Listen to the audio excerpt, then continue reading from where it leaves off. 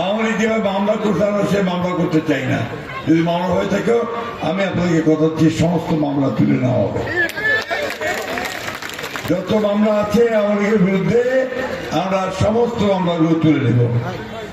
ঠিক আছে, তুলে নেওয়া আছে কিছু। হ্যাঁ, আমরা ওই প্রতিহিংসা প্রতিশোধের রাজনীতি করবো না।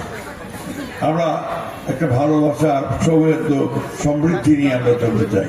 মনে আছে 5ই আগস্ট যখন আমরা মুক্ত হলাম, তখন আমাদের ম্যাডাম মানে খালেদা জিয়া তিনি একটা বিবৃতি দিয়েছিলেন, স্টেটমেন্ট দিয়েছিলেন, কথা বলছিলেন।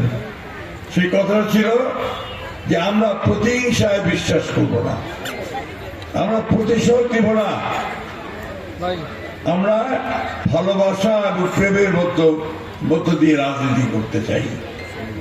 আমি সেই কথাটা আবার আজকে আপনাদেরকে বলতে চাই যে আমরা কোনো প্রতিশোধের রাজনীতি করতে চাই না।